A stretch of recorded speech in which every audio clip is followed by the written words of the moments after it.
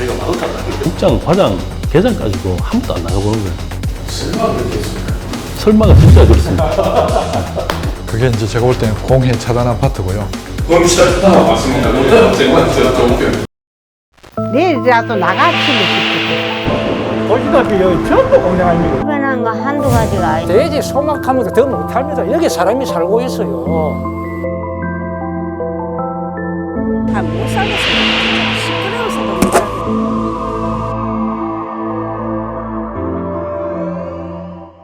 구독자 여러분 반갑습니다. 울산빌 UTV 강정원 국장입니다. 저희 취재팀이 지난 여름 내내 지역 곳곳을 돌아다니면서 공해에 시달리고 있는 주민들의 생생한 목소리를 담았습니다.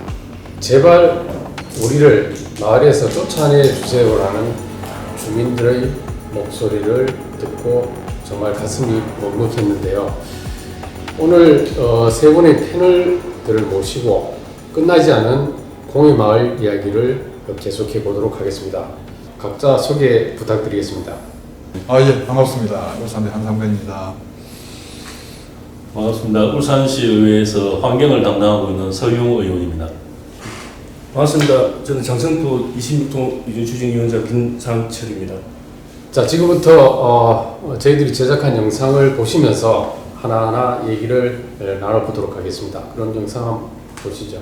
와, 이거 막 내일이라도 나가치면 싶다. 하루 빨리 막 철거 시기가 주면 좋겠다. 전신에 공장이라 놓으니까 막. 공해 이주 사업. 그러나 장생포는 이주에서 제외됩니다. 저분들이 26통이 남게 된 그 이유가 어떻게 되죠? 그걸 좀 행정구역상 3m, 4m 도로 사이로 여기는 매암동, 여기는 장성포동, 장성포 전체를 하려고 했는데 제가 듣기로는 장성포에 이제 그때 이제 포경 사업이 아주 번창했을 때 장성포 유지님들께서 어르신들께서 장성포는 안 된다.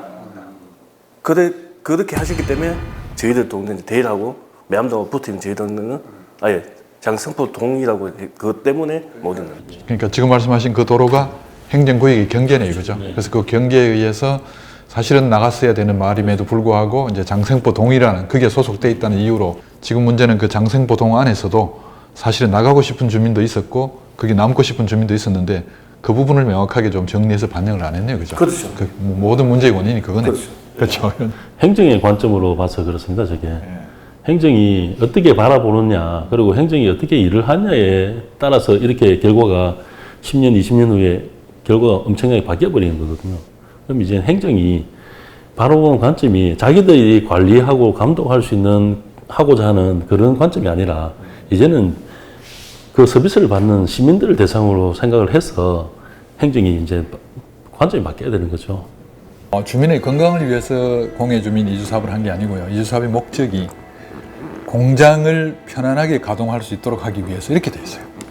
그러니까 자꾸 주민들이 방해해서 공장 가동 못하고 원료나 제품을 생산해서 운반하고 수송하는데 이제 문제가 생기니까. 실제로 기업체에서도 돈을 주실 수 있는가요? 그러니까 이제 그게 각각 달라요. 그러니까 토지나 이렇게 그 부동산을 보상하는 비용은 예를 들면 정부가 되고 이사 비용은 예를 들면 뭐 울산시가 되고 뭐 이런 식으로 이제 나눠져 있어요. 분담이, 역할 분담이. 그리고 중간에 이제 현실은 정부가 잘 모르지 않습니까? 울산의 현실은 울산시가 제일 잘 아는 거거든요. 그런데 이제 그런 역할에 있어서 울산시는 전혀 할 의지가 없는 거죠. 지금도 그렇습니다. 지금도 행정이 보면은 울산 시민들을 위해서 울산시가 있는 건데 지금은 그 역할이 빠져 있는 거죠. 심지어 또 저 때는 이게 민선이 아니고 관선 시절이어가지고 그렇죠. 그냥 빨리빨리 정부 지시대로 잘 움직여야 살아보자 되고. 근본적으로 지자체에서 돈이 없을 때니까 정부 사업에 기댈 수밖에 없는 하고 관하고 정부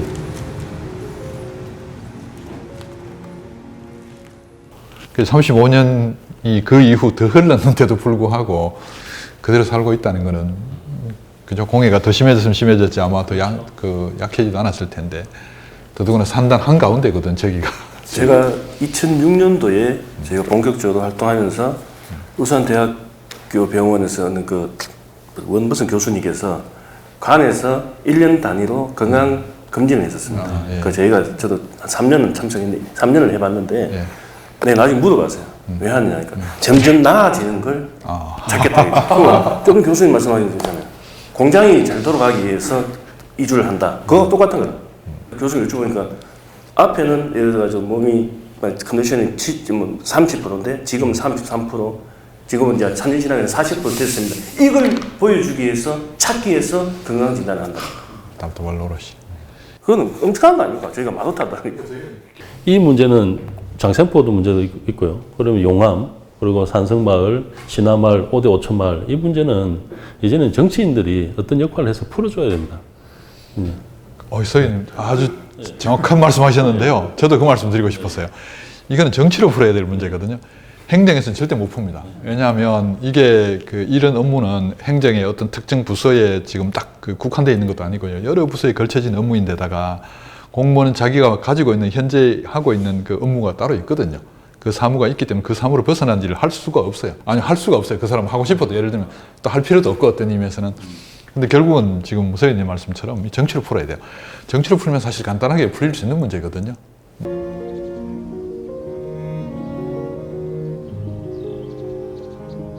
시집와가 이제까지 됐어. 그래, 본토 그러니까 여도 철거 본토 될랑가 싶어가 그 공에 그거 다 마시도 안 죽더라.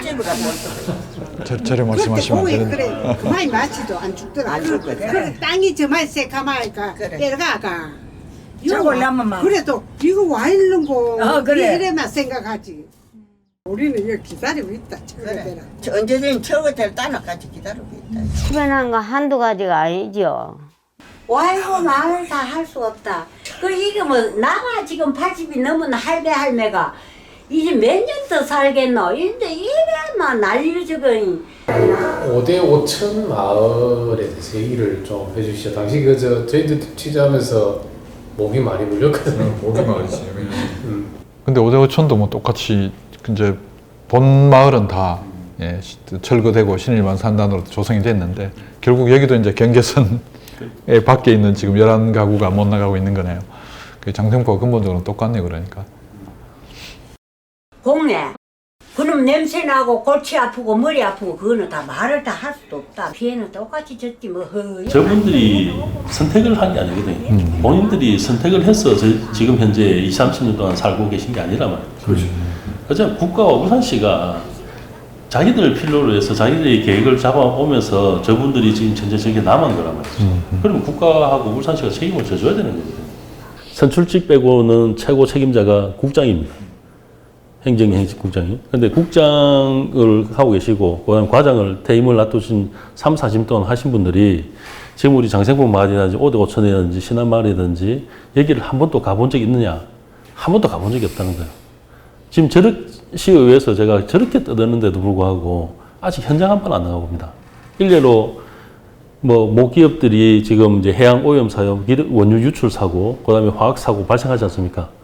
그런데 이번에도 마찬가지입니다. 그 발생하는 비본 케미컬이라든지 SO이라든지 그 장년의 후성이라든지 이런 현장에 실 담당자, 국장, 과장, 계장까지도 한 번도 안 나가보는 거예요. 말도 안 보내서 뭘 하겠다는 겁니다. 설마 그렇게 했습니까? 설마가 진짜 그렇습니다. 제가 본회장에서 그 말을 했다니까요. 본회장에서 여기 계신 국장님들 뭐 아시냐고. 현장에 한번 나가본 적이 있느냐. 그래서 저희들 영상 찍은 거에도 그 소죽 얘기가 나오죠. 그 공무원이 와서 저기 뭐예요? 소죽 끓이면서 나는 연기가 올라오는 거예요. 이렇게 얘기를 하더라는. 그때 군청에서 내가 전화를 해가지고 관계자 좀 나와주려 해요. 왔더라고요. 왔는데 저 누가 소죽 끼린 기억하는 게 저기 바로 공입니다. 그러니까 와 저기 공이 정말 심합니까? 와 누가 보면 소죽 낀다 그러겠다. 이래. 넘어오는 게 푹 넘어와요. 겁납니다 그거. 이주를 좀 시켜주면 좋겠다. 나 그것이 보입니다. 구두암이고 또 여기. 그래가지고 목소리가 쉬었습니다. 저 공이라. 옛날에 서완동에서 돌아가는 요 우리 동네 하얀 가리야 있나? 거기 억수로 날라오대. 철도 두개 보면 저기가 이제 도화 일반 산업단지가 자기들이 하려고 지정이 하는 장소입니다. 거기서 나무 몇 그루 안 서 있습니까? 위에, 저 위에. 조가 없으면 반 넘어요. 공이 반 넘어요. 그러니까는 이거 마을은 이게 좀 이 장면은 저분들의 이주 문제고 공해 문제가 섞여 있는데 저는 좀 다르게 생각하는 게 뭐냐 하면요. 저는 울산이 공단을 지금 너무 많이 만들고 있다고 생각하거든요. 그러니까 저런 분들이 공단 개발하는 거는 좀 땅 장사입니다. 네. 그러니까 임야 전답을 다른 걸로 개발할 방법이 없어요. 저기 아파트 단지를 짓겠습니까? 불가능하거든요. 그럼 유일하게 돈 버는 방법이 산단 개발하는 겁니다. 저거는 산을 건드리지 않으면 앞으로 영원히 그냥 저 상태로 있거든요. 지주 입장에서는 아무것도 안 되는 거예요. 돈이 안 되는 거죠. 근데 저거 파헤쳐 가지고 산단 조성하는 순간 나는 땅값 엄청나게 받게 되고, 조성해서 만약에 그 잘 분양이 돼가 잘 팔리게 되면은 또 개발업자 돈 많이 벌게 되고 지금 이렇게 되거든요. 그래서 아파트도 마치 가수요가 계속 붙어 가지고 개발업자 이익 때문에 계속 집을 지어대듯이 산단 개발도 마찬가지거든요. 저걸 브레이크 거는 방법은 결국 정책적으로, 정치적으로 잡아야 된다고 저는 생각하는데, 왜냐하면 지금 세상에 인구 120만의 그 대도시에 아무리 울산이 이 공업도시지만 공업지역 면적이 주거상업지역 면적을 합친 것보다 훨씬 넓어요, 울산이. 이게 굉장히 기형적인 거거든요. 그래서 저는 그래서 기대했던 게 광역시가 30년 전에 광역시 되었을 때 그때쯤부터 이제 민선이니까 특히나 또 광역시고 우리 스스로 좀 우리 운명을 좀 이렇게 좀 제대로 바로잡아 가기를 그런 계기가 되기를 되게 바랬거든요. 시민으로서. 근데 옛날 그 국가 산단 시절에 뭡니까 중앙정부가 개발하던 그 관성이라고 그래야 되나 그 개발 방향에서 하나도 안 벗어나고 있어요. 그대로 오고 있거든요. 사람 사는 거 보내놓고 실을 깎든지 어야든지 하지. 저 산 없이면 여 사람 못 살아요. 전신이 공해고 가는데. 수격단지는요, 저 어마어마하게 큰 저 공장에 종업원수 몇 명 안 되잖아요. 그러니까 고용유발 효과도 없고, 공해는 엄청 내놓고, 땅은 어마어마하게 넓게 차지하고 있고, 저는 이거를 근본적으로 이제 울산은 재검토가 필요하다. 그러니까 국가의 필요에 의해서 개발했지만, 이제 우리 울산 시민이 우리가 살 땅이고, 내 새끼가 살 땅인데, 이거 좀 제대로 앞으로 방향 잡아가야 되지 않는가. 그런 최근에 보시면 S-OIL이 기존에 이제 미래를 생각해서 투자를 하겠다고 해서 5조를 투자를 했습니다. 근데 거기에서 정식 고용이 됐던 직원을 보면요, 5명이었어요. 그러니까. 이게 그러니까 문제라는 거예요. 그리고 대부분 세금을 또 전부 서울에 가져가거든요. 우리가 다 써야 돼요. 그래서 울산에 진짜 이익이 되는 게 뭐냐를 좀 진짜 냉정하게 우리가 그 사업가 기질을 발휘하든 뭐 무슨 기질을 발휘하든 간에 정말 좀 제대로 그런 거를 염두에 둔 정치를 해야 된다는 생각을 해요. 그래서 이 진짜 현실적으로 봐서 울산의 공장 용지가 부족하다고 생각을 하십니까? 부족하지는 않습니다. 그렇죠. 네. 그런데도 지금 계속 산다는 지정을 해야 되고 다시 뭐 공장을 짓는다 유치를 해야 되고 또 실제로 기존에 있는 공단들도 공단에 가보면 사실은 입주의 형편없거든요. 그래서 그 말씀, 지금 국장님 말씀하신 그게 바로 그거거든요. 이게 이제 그 일종의 난개발인 겁니다. 그러니까 굳이 개발 안 해도 되고 공급 안 해도 되는 공장 용지를 계속 만들고자 하는 거는 결국은 그 지주들과 개발업자가 이제 행정기관을 움직여가지고 허가를 받아서 계속 공장을 만들어가는 거죠. 그게 결국 그렇게 하는 게 그 지주와 개발업자 이익을 극대화하는 거거든요.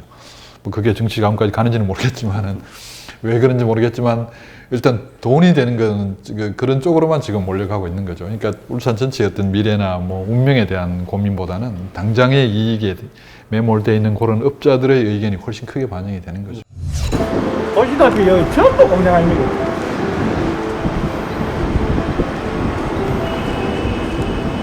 전부 여 공장인데 저기에서 나오는 뭐 가스라든가 면이라든가 이게 전부 이쪽을 다 지금도 바람 일로 불고 있다 이게. 그래 전부 다 이쪽에 우리 마을이 피해라고 볼 수밖에 없죠. 공장이 별로 없는데 몇 개 완성되고 그 공장 때문에 이주한 분들을 저기다가 이제 이주 택지를 만들었는데 사실은 공단이 계속 확장돼 가고 있기 때문에 우리 도시 유기체라거든요. 살아있기 때문에 그럼 그 변화하는 과정에 맞춰가지고 얘들도 같이 변화해줘야 되는데 공단은 계속 커지는데 앞저 신화마을은 그냥 그 자리에 만들었던 당시의 모습 그대로 있다는 게 문제죠. 공익 이주 사업이 시작할 때는 제가 제 기억으로는 저 지역이 이미 많은 상가 공장이 들어왔는데 그렇죠. 몇 받았죠? 그걸 저도 잘 모르겠어요. 그거- 저기도 그래서 주민들이 남구청에 찾아가서 뭐 시위하고 항의하고 오만 그런 그 활동을 한 게 있거든요. 있고 뭐 약속한 것도 보면 있고 한데 그 일단 토지 그 소유 권리 관계가 뭐 복잡한 거는 내부적으로 있었던 것 같고요. 다만 저 지역을 왜 통째로 뽑아서 안 옮겼는지는 잘 모르겠어요.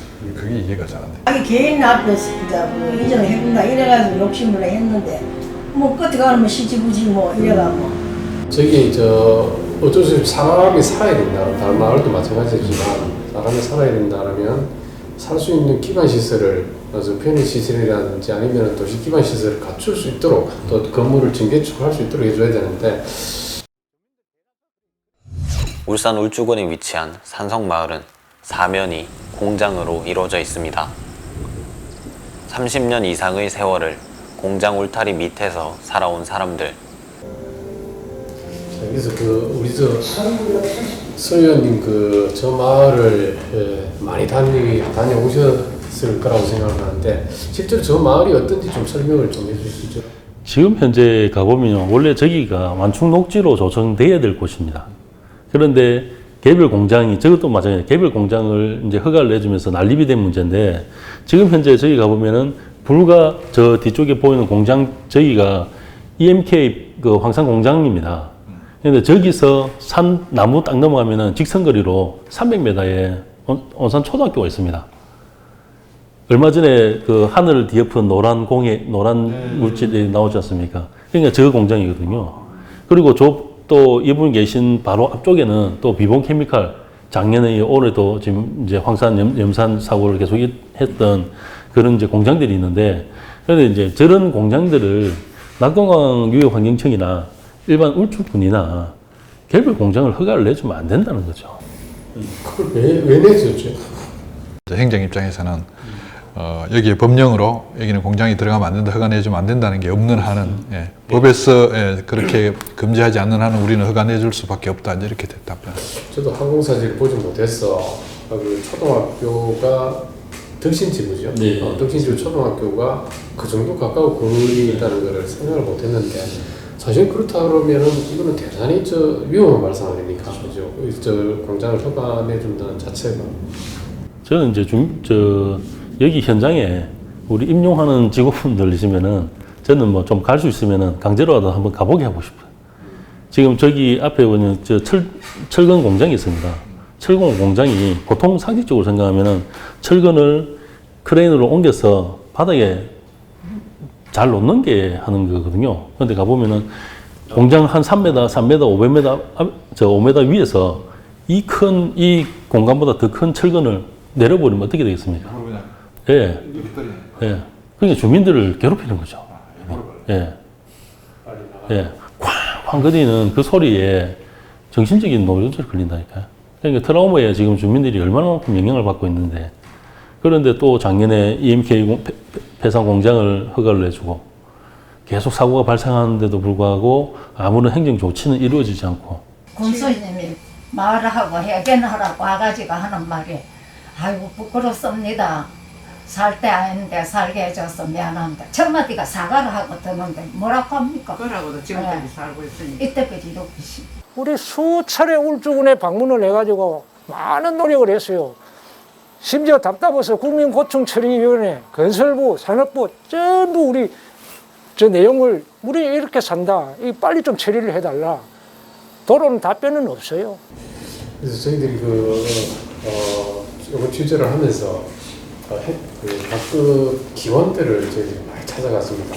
찾아갔는데 과연 이 환경오염 마을 이주 문제를 다룰 만한 부서가 어디냐고 물어봤어요. 그런데 전부 아니라는 거예요. 선생님 진짜 없습니까? 네. 진짜 없어요. 그러니까 행정으로는 없죠. 행정으로는 없어요. 그래서 정치적으로 결정하고 일을 만들어서 어떤 행정부서에 일을 시켜야죠. 너희 부서가 이걸 해라, 혹은 그런 행정부서를 만들거나 그런 거죠. 그러니까 일례로 보면은 제가 5분 발언을 통해서 산성마을을 거론했지만 산성마을 이주 대책을 수립해라라고 요청을 했습니다.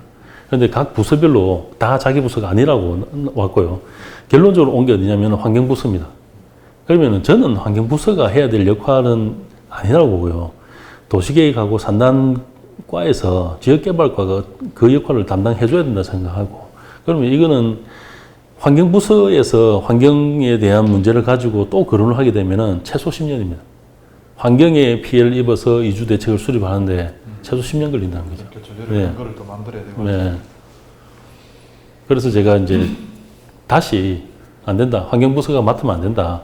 제가 도시계획과하고 산단과하고 이제 지정을 해줬죠. 지정해서 이 계획에 대해서 답변을 가져와라.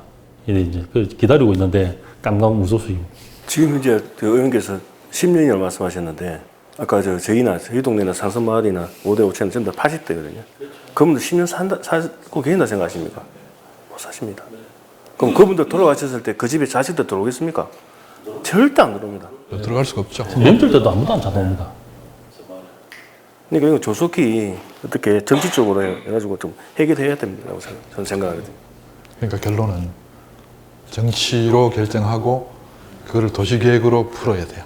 뭐 정치적인 첫걸음이 아무래도 뭐 조례나 각종 제도를 만드는 것 같은데 우리 의원님 저 역할이 크신 것 같습니다. 당장은 제가 아닌가요? 내년에 지방선거 있으니까 제가 볼 때는 이게 선거 공약으로 들어가야 될 것 같아요. 제일 좋은 방법이 남구청장의 공약이나 울주군수 공약이나 울산시장의 선거 공약에 만약에 들어가주면 굉장히 풀기 쉬울 것 같아요. 그분이 그 공약을 내신 분이 당선이 됐다 그러면 그렇죠. 그럼 그분 당선된다고 치더라도 그분 임기 때까지 이주되겠습니까? 아니죠. 그러니까 그때까지 이주되느냐 안 되느냐가 중요한 게 아니고 그분이 이제 자기의 정치적 책임을 지고 이제 도시계획을 하게 한다든지 아니면 여론을 뭐 만들어가지고 특별히 그런 부서를 만든다든지 아니면 저런 일을 할 수 있는 부서에다가 저 일을 이제 이 인사권자로서 명령권자로서 시킨다든지 그렇게 하면 하는 거죠. 왜냐하면 공무원은 시키지 않는 일은 안 하거든요. 절대로 할 필요도 없고 할 수도 없어요. 웅촌에 가보면은 웅촌 하수종말처리장 그 상대 마을이 있습니다. 그렇게 해서 그 주민들이 반대를 하면서 예전에 뭐 앞에 전 시장 화용식도 하고 뭐 이렇게 했거든요. 그렇게 하면서 이제 저희들이 이제 가서 이 문제는 분명히 해결하겠다라고 했어요. 송철시장이. 그래서 지금 3년 지났지 않습니까? 3년에 와서 지금 이주 계획을 하고 이주 확정지를 정했고요. 도시계획을 통해서 지금 거기에 산단을 조성하고 있습니다. 지금 개발도 진행되고 있죠. 그러니까 이제 그런 최종적으로 아직 몇 년 남았지만 2, 3년 더 남았지만은 그 전까지 사업을 뜰 수 있도록만 해놓으면은 충분히 계속 해야 되는 사업이죠.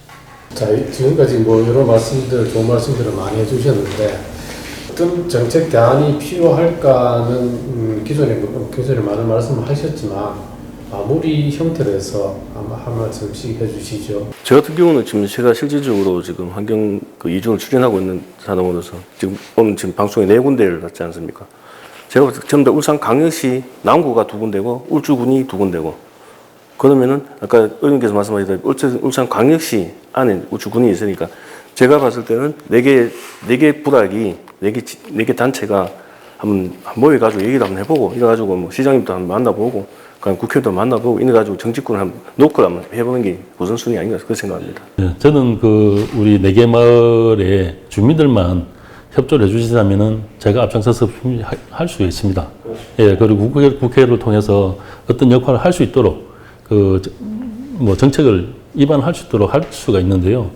문제는 이제 이 행정이 바라보는 관점이 이제는 자기들이 보는 관점이 아니라 행정을 서비스를 받는 시민들의 입장으로 좀 보자.